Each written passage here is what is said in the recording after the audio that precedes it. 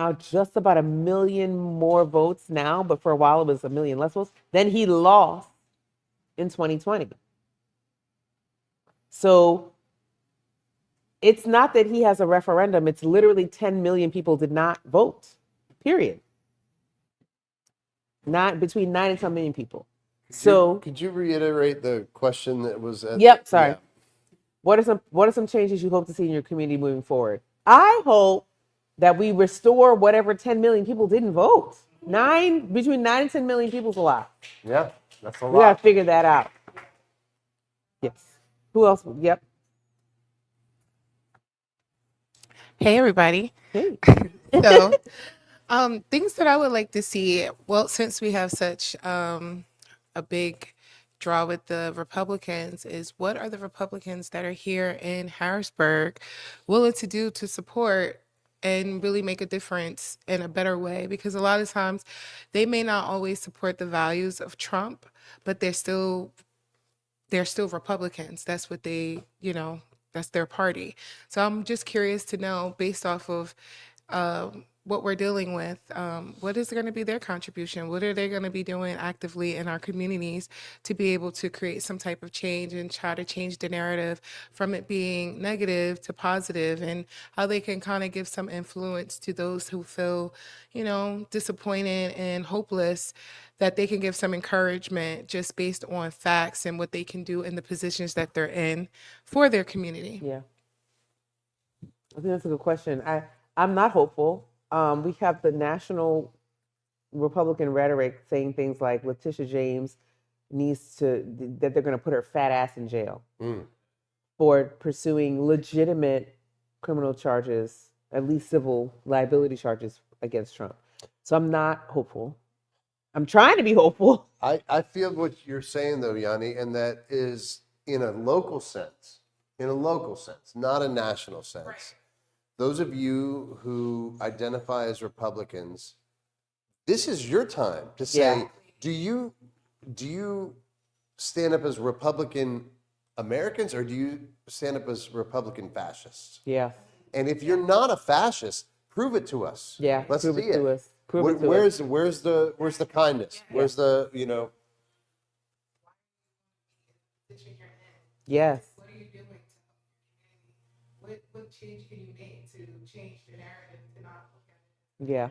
Well, it's funny too, because I actually know a guy in AG's office. He had texted me maybe 2-3 months before I guess. Yeah, he had texted me a couple of months before the election and said that there's a number of Republicans in the House who are not supportive of Trump. Right. But at the end of the day, like you said, it's their party, so they're gonna, not come out and say something about it. And I even mentioned to him at the time that it would be nice if they would step forward and be like, this is not our guy. Why did we pick him? He is not a true Republican. He's a narcissist and he's there for himself. That's all he wants, is personal power. He wants a bigger microphone so people will listen to him. Can you reshape the question so I know how to answer it? Right?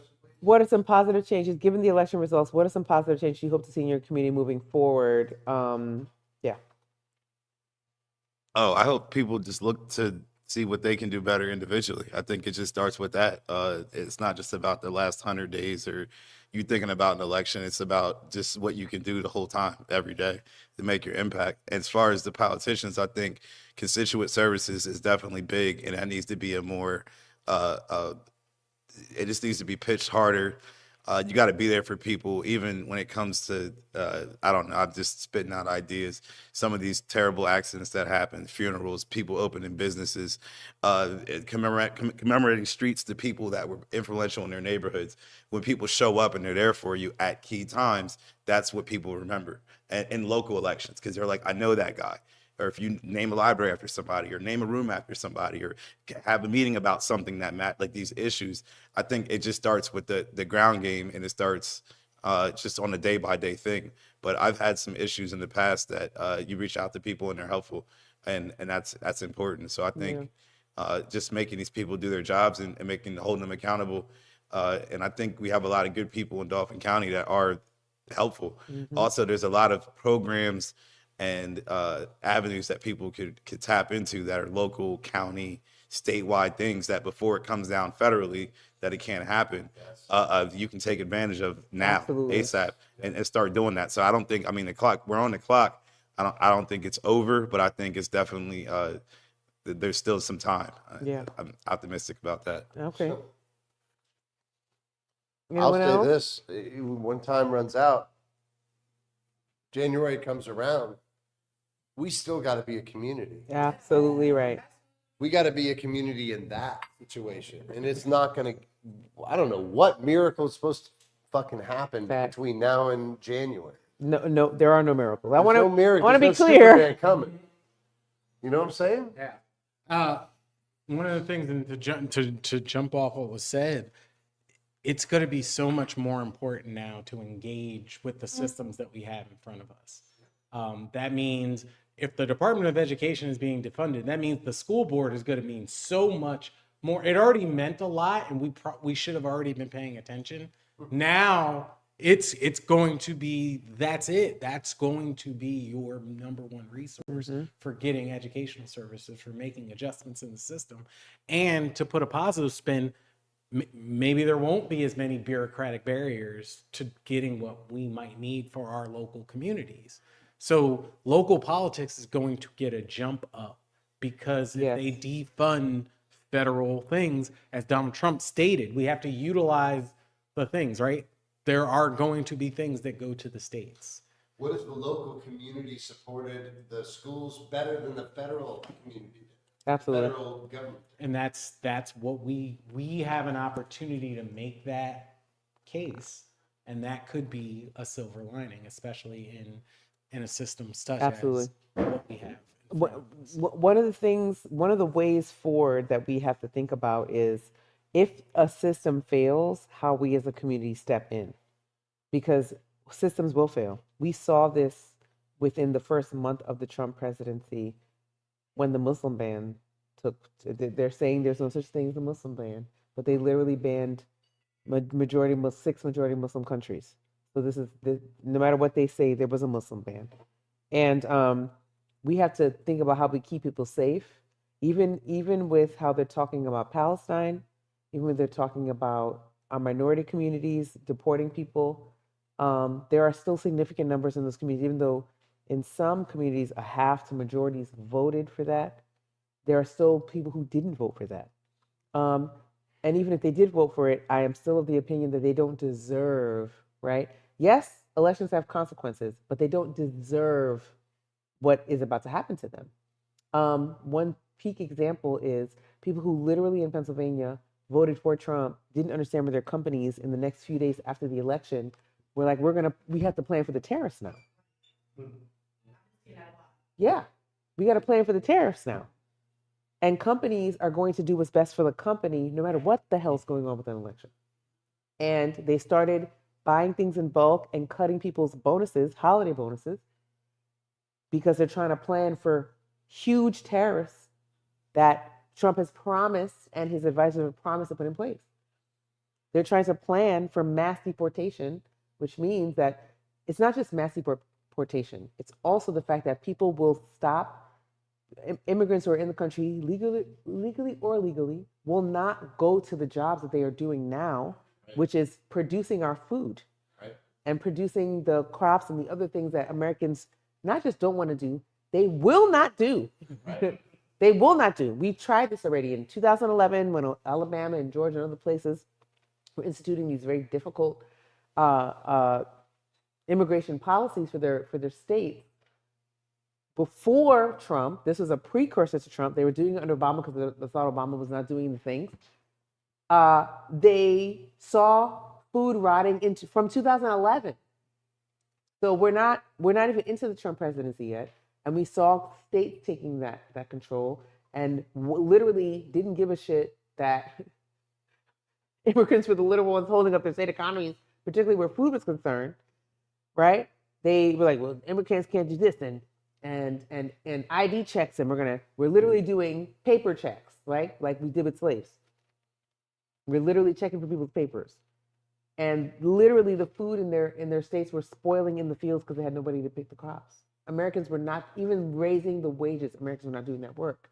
And then Trump comes along and ICE is raiding communities here in Harrisburg here in central Pennsylvania, across the state, and the same thing happened. It was a precursor. We saw what would happen. Americans did not step into those jobs. We have built this false picture of immigrants stealing jobs, right? When Those the immigrants that were paying into Social Security. that were- billions of dollars. Billions of dollars. Now they're gone. Now they were gone for a long time. They started to come back under the Biden administration. They will literally be gone again because what happened under the Trump administration here in Harrisburg, in communities like ours, Allentown, we don't have to go out of the state of Pennsylvania to know what happened. We know that immigrants stopped showing up because they were scared they were going to get deported. So they're trying to weather a years-long storm, right? Even though they knew there was work there to do. And then they started telling these stories of the few American workers who did come that didn't do the work. They didn't do it. So how does that affect our food prices? Food prices go up. If we think that now the food prices are high and eggs, people like eggs and milk, $3.99 or whatever the case may be, what do we think happens if there aren't people there to do that work? What do we think happens? Prices don't go down is the point of the story. So anyway, are we off again? Audio's on.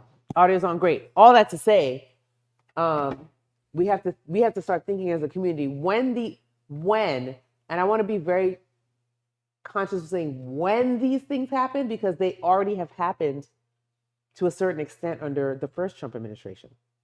They already happened. They already happened that we deported scores of, it wasn't millions. Millions is about to be catastrophic to if he's able to accomplish that. And there's this other sentiment where people are like, oh, that won't happen. I want you to take Trump and his advisors at their word. They're extremely xenophobic. They're extremely racist, and that guides policy. That's what they're doing. And they have a trifecta. They can do whatever they want right now. It's unprecedented. A four-factor with a quadfecta Yeah. because they have the Supreme Court. It is most likely they will get the House. They already have the Senate and they have the presidency. Those are all the things you need to pass whatever laws you want Plus, and not be challenged. let's not forget the fact that the fourth state is not a thing.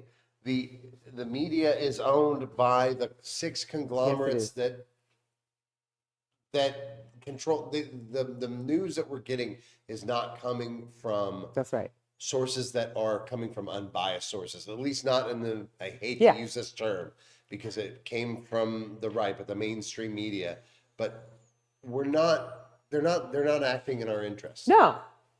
And such is evidenced by the fact that Jeff Bezos was able to kill a Kamala Harris endorsement that the Post was going to write, or whoever it was going to write. He was able to kill that endorsement because he ultimately owns the Post. And he didn't, he was trying to hedge his bets against retribution from Donald Trump. If you can do that to news in our country, in what is considered one of the freer countries in the world, you best believe that you won't make splashes when the government is exacting retribution at the hands and at the direction of Donald Trump and his advisors. Like you won't have people reporting that because they're going to be scared. This is the thing that Jeff Bezos set that was a very bad precedent. They're going to be scared to do that because they don't want financial retribution versus, speaking truth to power. Like we're experiencing a big shift in that people don't quite understand yet. Okay, let me keep going. What issues do you feel are most important for our communities to focus on after this election? Now that we know that we have a second Donald Trump presidency, people are like, Kamika, did you see the recount news? Ain't no recount. They're not recounting the presidency. They're probably fighting for some of these lower seats. They're fighting for some Senate seats and some House seats. But now that we know this is the reality, what do we feel are the most important issues for our community to focus on given the outcomes of this election? Anybody up here want to talk? We had some people up here that were hanging out that may or may not have said a thing, but Mark's back. Yep. Yeah. I like that. One concern is law enforcement. Yeah. That's one thing that worries me. Their immunity or whatever they're talking about is very scary. Just think about a routine traffic stop. We've already seen what happens with George Floyd and all these other people.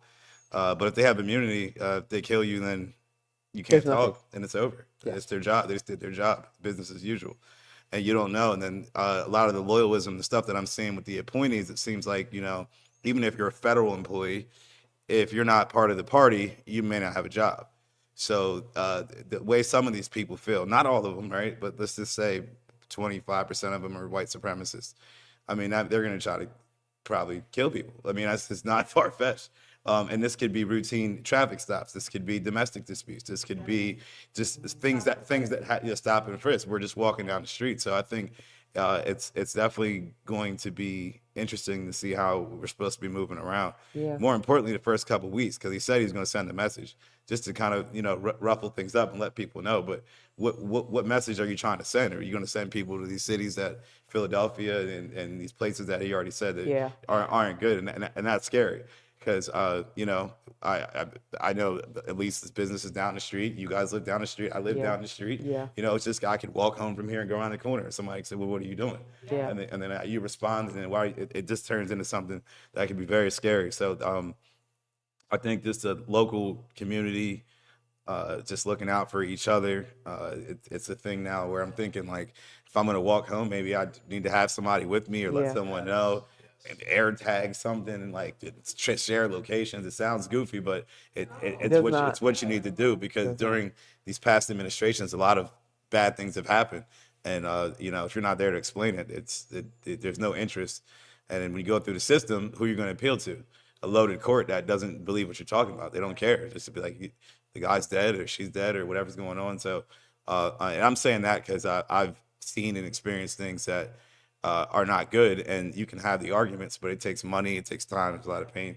So I'm worried about that on the local level, not specifically like it's like Harrisburg or state police, but just with that message coming down. Absolutely. I mean, this could be you get pulled over on the turnpike.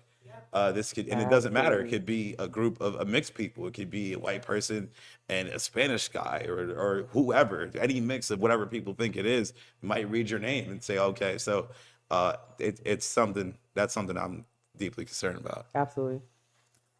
Agreed. Good evening. So I'm going to come from the healthcare side. I'm Black, Great. I'm female, and I'm a nurse. So in my career early on, I have experienced racism where an elderly white man did not want me taking care of him, or did not think I had the brains to be the nurse and I was the aide, even though I introduced myself as his registered nurse for the next 12 hours. So now I'm in a situation where I'm a lead on a very specialized nursing team, and I place devices so that people can go home with infusions, whether it's nutrition or chemo or what have you. And my concern is, again, is this going to now embolden these racists to question my almost 3-decade experience as a registered nurse? I don't work with labor and delivery, but I have friends who do. So we have concerns about, and so do some of our physicians that we know are either Democrat and they did not vote for him, of course, and even Republican who did not vote for him. And we have real concerns about the healthcare of the people in our communities. We already see how it impacts us financially, but now you have this emotional and mental component where you get up to go to work every day, and what are you going to encounter? My mom tells me the day after the election, which I did not go to work on purpose, but the very next day, when I'm talking to her the night before, and she goes, "Please be careful at work." For my 70-something-year-old mother to say that to me, I'm gonna get emotional. I already have experienced it, in the very beginning, and now it's coming around where I'm concerned about that, and I have to be careful. So it's always that code switching, Always. that code switching, and now it's even more. But I'm also at the point where, again, if this is who you voted for, don't tell me that I'm cutting off our friendship or our relationship over politics. No, ma'am, no, sir. It's way deeper than that, because I gave you a pass when you voted for him before. There's no pass. There's no pass. Thank you. Yeah. Thank you. And my response to that is, yeah. Yeah. The amount of trepidation that people are moving in with who are providing healthcare, who are providing essential services to our community, who are Black and brown, because a lot of these services are laden with Black and brown folks who have been experiencing racism. I used to work at UPMC, and one of the things that came up amongst the Black staff was, what if the patients don't want you to service them? How do we deal with that?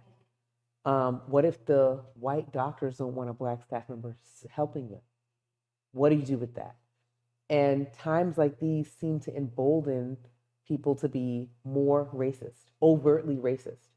One of the examples was the owner of a restaurant in New York this week, who was literally yelling at a white guy saying, your half-breed N-word brother. A few days after, and said, and yeah, I'm a racist, right? Even though that's the restaurant industry, this is a very present and timely situation for how people have already experienced. I don't want to say it's coming or it's down the road. We've already experienced these kinds of things when racism is emboldened in our society. How does this affect literal essential services that people have to receive? How does that affect that? And with the guardrails off of another Trump presidency, I am very, not just nervous, but very trepidatious, very skittish to see how this will manifest in a new way.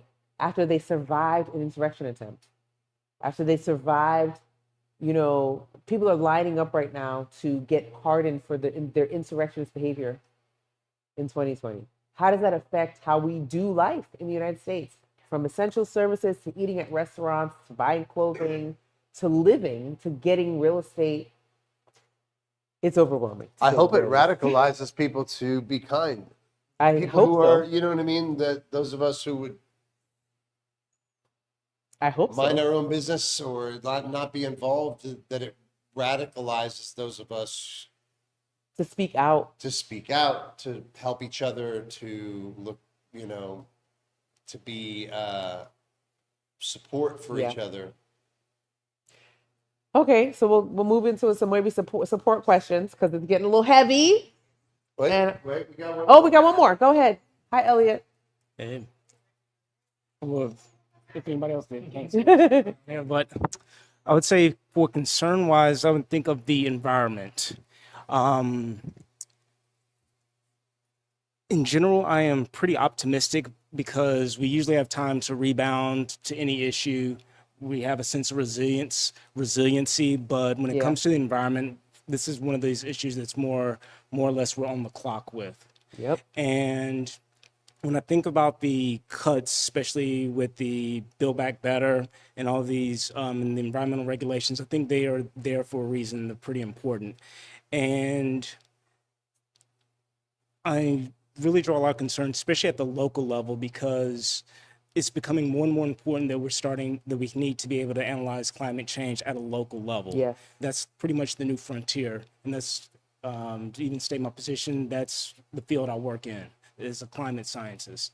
And when we are sacrificing these local observations, sometimes they can be crowdsourced, this is like where we're going to start missing some of our vulnerabilities. And especially when it comes to the downstream effects of the future. In order to be resilient, it's not simply one plan. We have to have a whole infrastructure, lots of redundancy behind that. And so it's not just a matter of, okay, we're scaling back some of the research, some of the efforts on climate mitigation, but then are we organized as well to be able to orchestrate all of these other solutions as well? Because it's not just going to be one solution. It's not just going to be one piece of infrastructure. And so if we're not on our A game for this one component, what about the rest of the components as well? Absolutely. Absolutely. And that actually brings up a topic for me, because one of the things I want to see is that, particularly first of all elections are local. right? From the presidency down to your literal constable, your literal committee persons, Republican or Democrat, all elections are local and they affect you on the local level. And that's education that me and others have been trying to do in this region for a long time. But the other thing that we have to also try to do is fortify our localities against these big swings at the national level. How do we fortify our communities, whether it swings this way or swings that way? How do we preserve the work that we're doing on the ground for our communities? And I think one of the ways we do that is by fostering higher participation in these. All elections are local, but in particularly local elections. So we have the mayor coming up in 2025 and 4 council seats in the city of Harrisburg. The surrounding areas have borough council, township supervisors, borough supervisors, and other school boards. Is school board next year? I can't remember.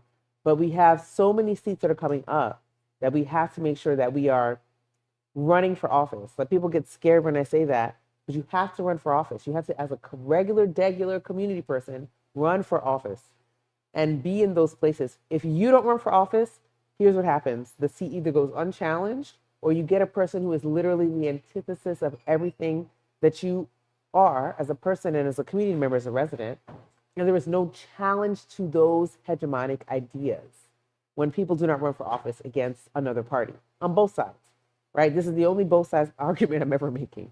When you let one party go unchecked, there is no check and balance when we do not run for office. So I want everybody watching to think about what office you can run for. Is it school board? Is it the literal constable? Is it the clerk of courts? Is it a county seat? Is it a state seat? Because letting people go unchallenged, and we've had very difficult issues in our community with getting people kicked off the ballot prematurely because they didn't want to be challenged. That is an abomination to democracy, right? Letting seats go unchallenged is an abomination to democracy. We do not want to, even in our Democratic primaries, people should not be running unchallenged. Their ideas, the point of a primary is to challenge ideas. That's the point. Which Democratic ideas do we want to prevail?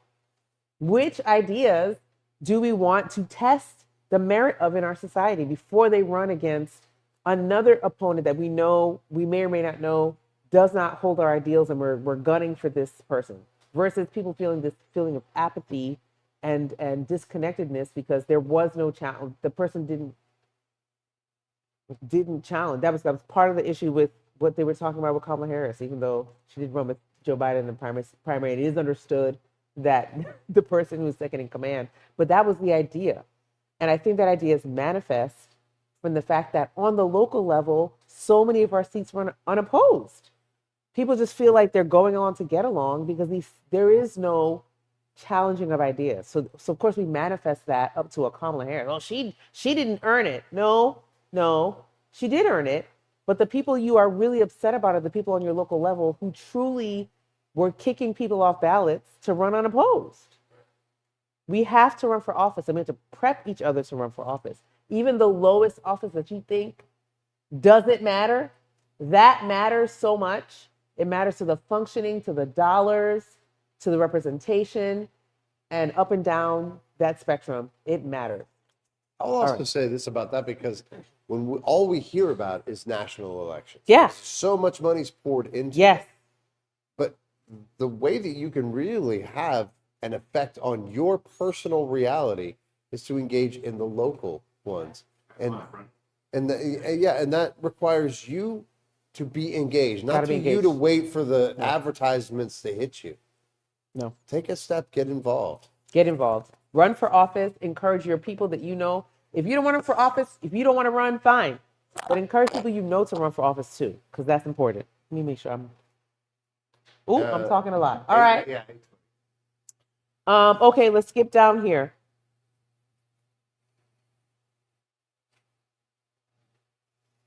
Let's go to my 8th question because it's almost 8:30. What hopes do you have for our community leaders? So let's think local, because we're going into this more local introspective kind of look. What hopes do you have for our community leaders moving forward and how they can support us during a time of difficult transition? This is a difficult transition. We're watching the national news and we're seeing how the stuff is going to affect us on the local level, but what can our local leaders do in Harrisburg and surrounding areas to make sure that their community members and their constituents do not feel the brunt? Because we will in certain aspects, but what can we do to stave off that stuff? What are we looking for from our community leaders? Yes.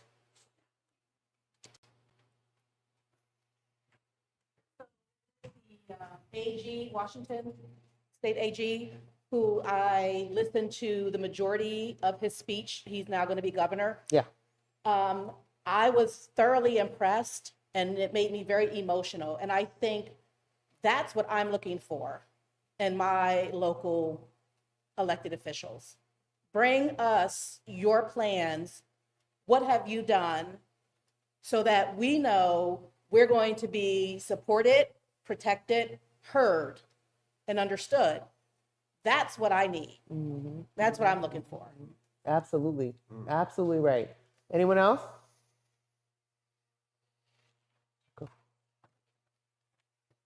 What I'm looking to see is for them to break more records in certain things, like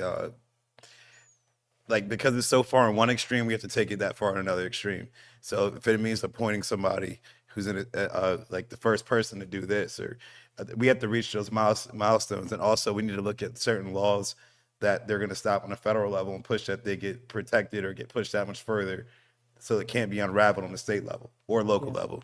So I think there's still ways to go on the offensive, and there's still ways to play defense, but it's about just being more aggressive and letting people know, hey, this is what we're faced with on a national level. This is what we're doing here. Yeah. And to keep the people engaged and knowing that they're fighting for that, because that's what I see. A lot of finger pointing here, and a lot of the points that people made on who they voted for and why. It's like there's certain things, but we can learn from that. Yeah. And we can not let anyone ever be able to say that again, especially zeroing on certain people, like where you live, you were affected by this and that. That's right. All these things happen to help you, not to hurt you. Nothing bad happened. It only got better. And I think that's an impact that can be made. I love that. Anyone else?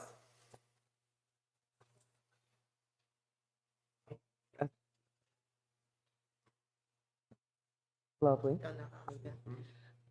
I'm just thinking more, hi, honey. I'm thinking more of in terms of our community. It's the people that strengthen our leaders. We understand that, they've been appointed to do their job, but our community has to also be educated in what goes on around our community and what influences us. I think at times people like to be told what it is, and then they'll take their judgment and say whether, I don't care, I don't want to be bothered with it. But if they understand what it's for and how it can assist them, then I think people will be more willing to be engaged. But I think at times it's how the information is getting out there and how it's being received. I feel like at times people don't know until after, like, oh, I had no clue. And I'm like, but it's right there. Or maybe it wasn't placed out in a way that captured your attention or allowed you to be engaged because you didn't know you could be. It doesn't take anything from you other than your time and your consideration. Yeah. So I'm hoping for more clarity and more engagement. If you have to add some music behind your message, go for it. Add a pop of color, go for it. Say a cute little term or phrase, apparently young kids are saying Riz. I don't know. I'm just, something, again, even if it's just a little bit of humor with something as urgent as, again, healthcare, your safety, food, education.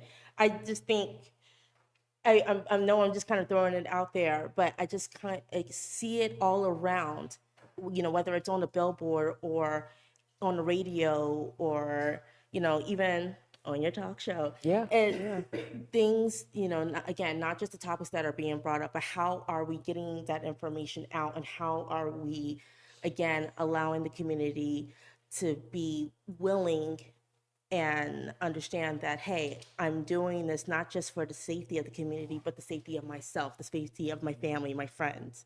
So I'm just throwing out ideas, but hopefully as we move forward, we can start coming together as a community and saying, hey, look, these are things that are here to help you. And the only way it's going to get better is Yeah. if we all come together Yeah. and, help it grow. So yeah. Yeah. Yeah. Sorry about that. I agree. And then last question, in what ways can we work together to ensure that everyone feels included and heard in the community, or should we be doing that? Because the question now is, what does it mean for voices to be heard in the community? What kind of voices do we privilege? What kind of voices do we demote? Should we be demoting voices? How do we navigate a landscape where people are believing completely untrue things, spouting untrue things in an effort to make everyone feel included? How do we do this? I think I think what could be done, because I feel like a lot of times when people are ignorant, they have an excuse to kind of just go with whatever.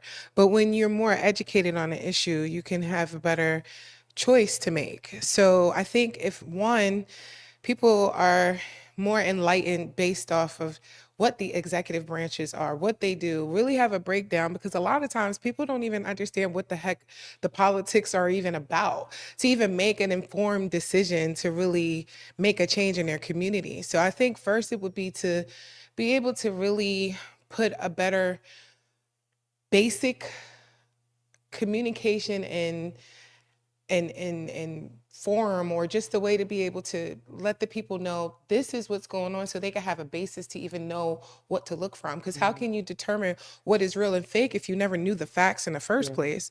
So if you can each one teach one to give them the intellect to be able to make more informed decisions, then they could be able to formulate other ideas and other ways, because now they can make a better choice because they have the foundation in place. Because how can you really think about how can you help the issues in your community when you don't even know who's running for your ward, or who to go to when you have an issue in your community? And then two, I think to talk to the youth. The youth, I think, have a big component, because not only are they our future, but a lot of things affect them more so than it does for the older people. If we take away their education and the funding for their education, how do we expect them to be able to have the knowledge to even make a difference in our future? So I think education is the main thing, but in a way that people can all understand it in a universal language, and then come up with a plan. And then those that are really doing the work, the real people, such as yourself, Kamika, that are doing the things, to unite with the other leaders that are really in the work, not the ones that are looking for just to be elected from based off of popularity, not just for people's own private agendas or the wrong intents, but people that are really passionate about making a change and creating a difference, to create a legacy, not just for their own pride, but to uplift whomever's race, because altogether it's all of us. It's not just white or black, it's just people, it's humanity. And I think if we can just enlighten and have a little more empathy and just be open-minded, and like I said, put in the work, execute the plan, and then we could probably see a little change, a little bit. A little bit. Yeah, agreed. And to your point, Yanni, two of the things that happened on this campaign in the last few weeks that startled me was one, people were still Googling on election day if Joe Biden had dropped out. That is scary. Not a little bit of people, enough for Google to recognize that people in city centers and cultural centers around the country, especially in the battleground states, did not know that Joe Biden had dropped out. They didn't have a clue. Yeah.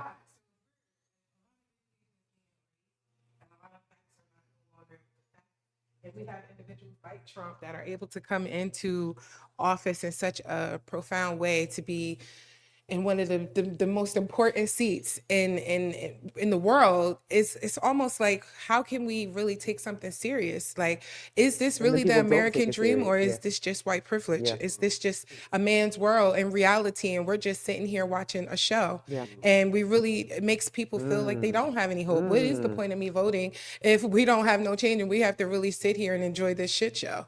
So Literally. it's like, what do you do? And I think it's just enlightenment and trying to keep hope alive. Because once the hope is gone, then we have to deal with a whole nother struggle. Absolutely. You know, but if we could keep people enlightened and work with people together, I think we could make a big difference. And yep. And to your other point, Ambassador has been doing some work around this recently. Is we really do lack civic education. We had a 0% pass rate at Harrisburg School District with our high school students, Virtual Learning Academy, HVLA, for civics. Nobody passed the civics test. That's the next generation of voters. That's the next generation of elected officials. That's the next generation of people who are supposed to be serving in our community, right? If no one knows physics, or civics, sorry, not physics, or physics, but civics here. If no one knows physics, I did it again. Civics, yeah. If no one knows the civic structure, how government works, how do we expect them to be invested in the process? Yeah. If they don't know it, how are they going to be invested? Could you reframe the question? Yep. In what ways can we work together to ensure everyone feels included or heard in the community, or should we be working towards that? Is that something that we should be doing? Oh, yeah, I think it's important. In 2004, I lived in Philly. I had an internship with the environmental canvas or lobbying group, and we canvassed like that part of Delaware that's across the bridge in Philly, parts of New Jersey Yes. and Philly for DuPont and the pollution and things that was going into the water. And I learned a lot there because there were some neighborhoods that I went to.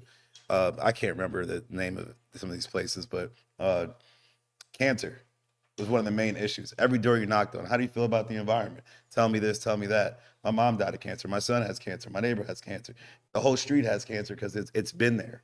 But if we can start finding some of these issues that are unique to our local area, if people are one issue voters, for the big thing, it was the economy, but locally it can be certain things like, hey, you live in Harrisburg, education, can we just rally behind that? Like, instead of arguing about other things. So I think it's kind of zero in on not the talking points, but the real deal. Like, what's the real problem? I've read stories about people in different cities getting elected off of a traffic light, an intersection. Literally. Yeah, just one thing where it's like, that's annoying.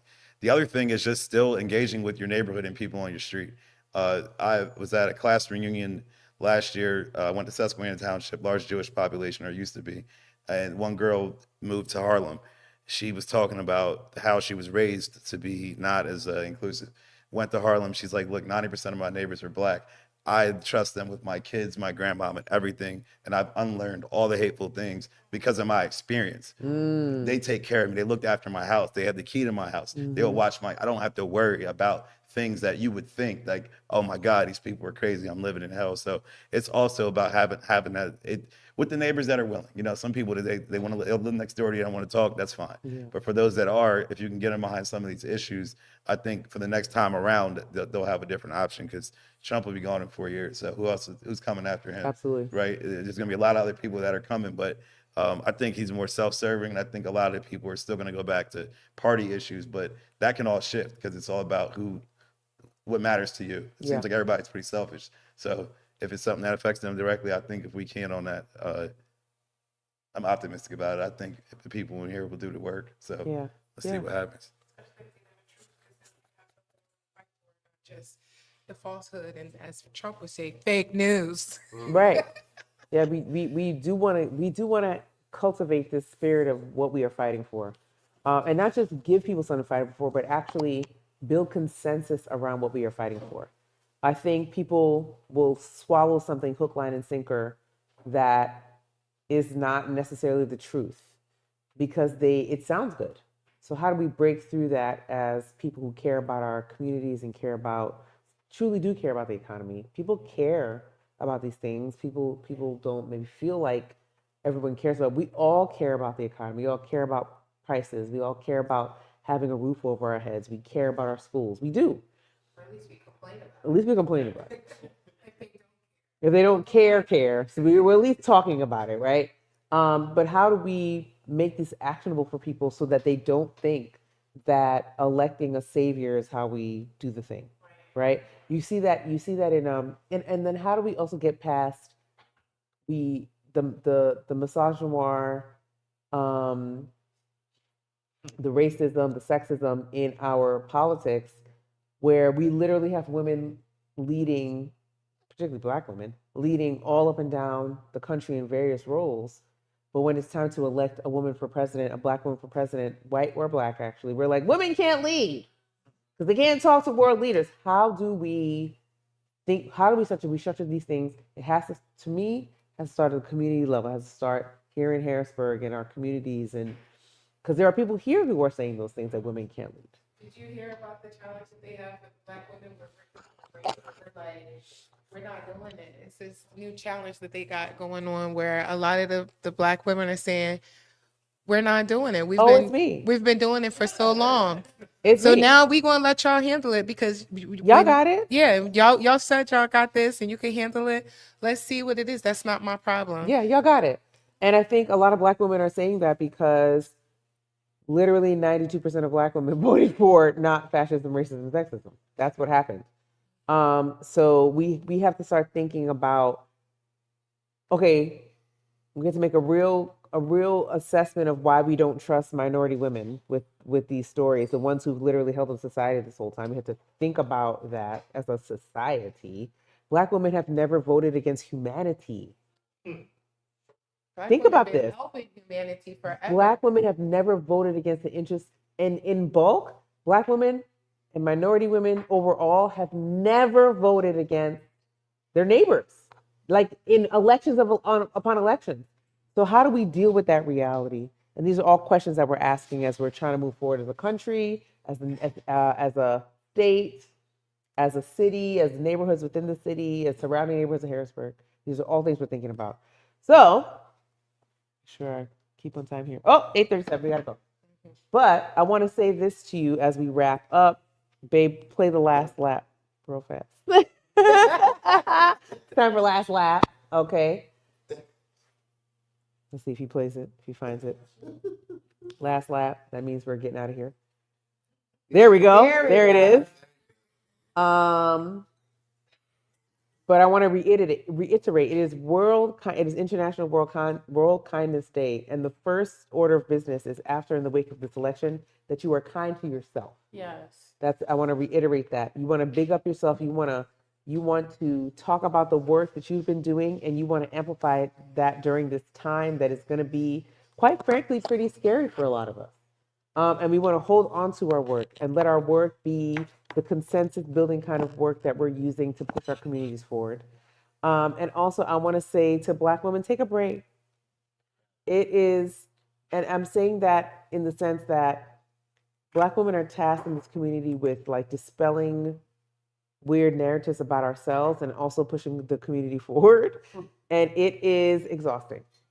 And I talked about this last week where I was just like, listen, here's how I'm feeling after. I'm still feeling pretty much the same. I still haven't like cried a boohoo of tears, a couple of tears here and there, but most of it is we are weary is more how it's going because we have done the work.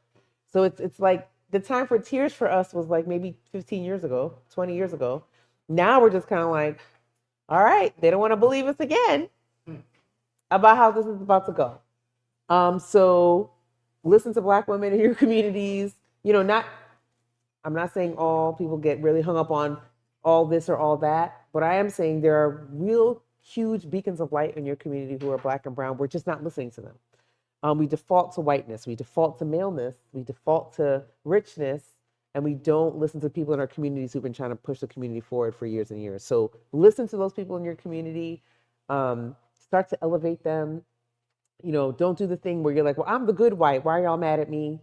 Do the thing where you're like, I'm going to privilege these voices in our community who have literally been saying the same things about how to lift up the community for decades.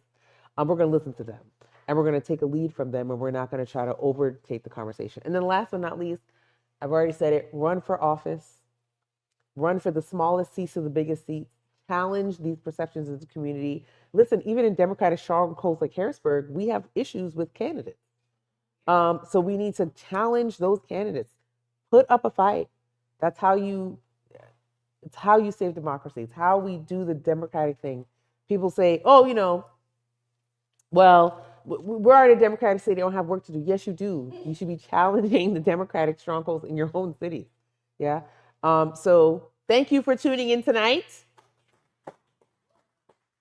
Thank you to this room for coming. I appreciate y'all for helping us process. So much good nuggets were shared. Share the stream with your friends. And again, big up yourselves, clap for yourselves for being the change that you want to be in your community. For being the change. And we'll be back in a couple weeks, probably somewhere around Thanksgiving time. Love yourselves, big up yourselves, loving your neighbors. It's National Kindness Day, International World Kindness Day. Be kind to yourselves first and let that spread into the community. Good night.